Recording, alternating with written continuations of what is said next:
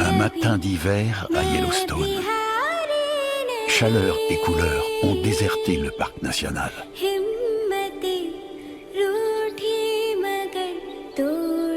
Un chant unique emplit l'air.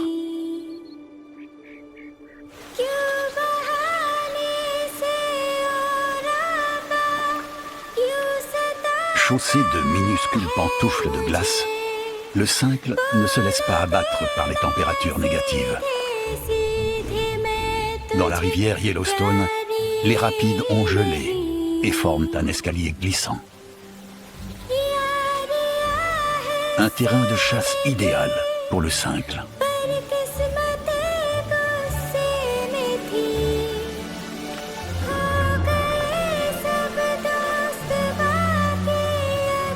Cet oiseau chanteur, le seul véritablement aquatique d'Amérique du Nord, plonge sous la glace en quête de larves d'insectes qui peuplent le fond rocailleux de la rivière.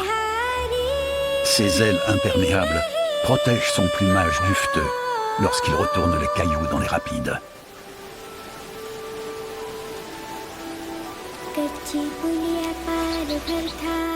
Peu d'oiseaux passent l'hiver à Yellowstone.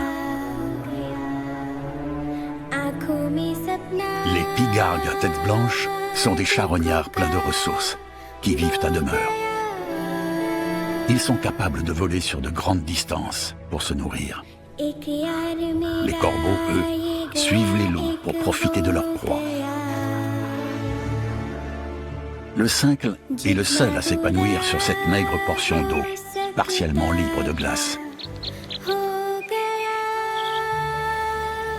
Mais très bientôt, son hiver solitaire au bord de la rivière prendra fin.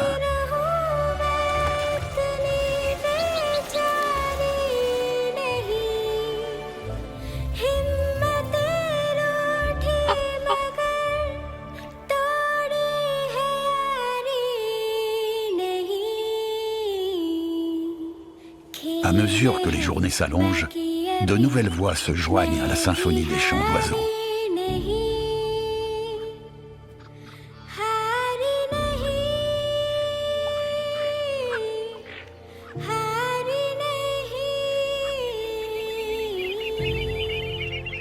Le printemps est la saison du renouveau.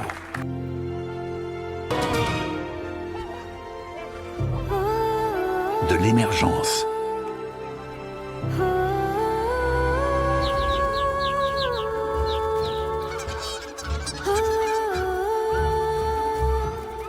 Un concert de nouvelle vie.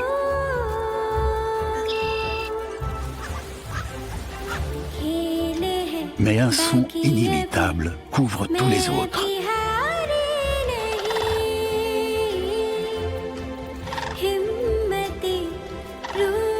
Un couple de grues du Canada. Ces oiseaux migrateurs précoces ont quitté leur habitat hivernal du sud-ouest des États-Unis. Elles se sont posées sur une prairie de montagne dans le territoire des grizzlies. La prudence est de mise. Elles sont là pour profiter de la courte période de profusion à Yellowstone. Elles n'ont que quelques semaines pour se reproduire et élever leurs oisillons avant le retour des grands froids.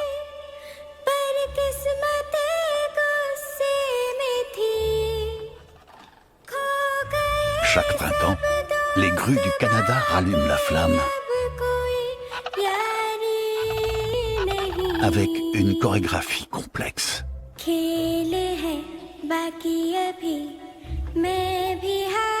Leurs mouvements sont parfaitement coordonnés et leurs appels retentissent à l'unisson.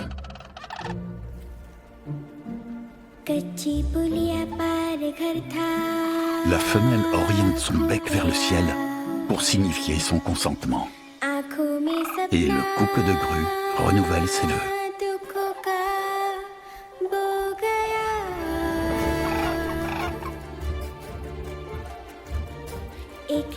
Les volatiles peuvent maintenant s'atteler à la recherche d'un foyer. Les grues du Canada nichent au sol. Il leur faut une zone humide isolée, loin des regards curieux et des prédateurs potentiels.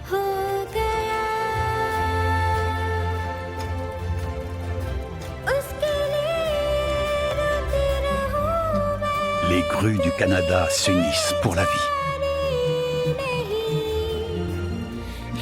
Pour d'autres, en revanche, la reproduction peut prendre un caractère éphémère et théâtral.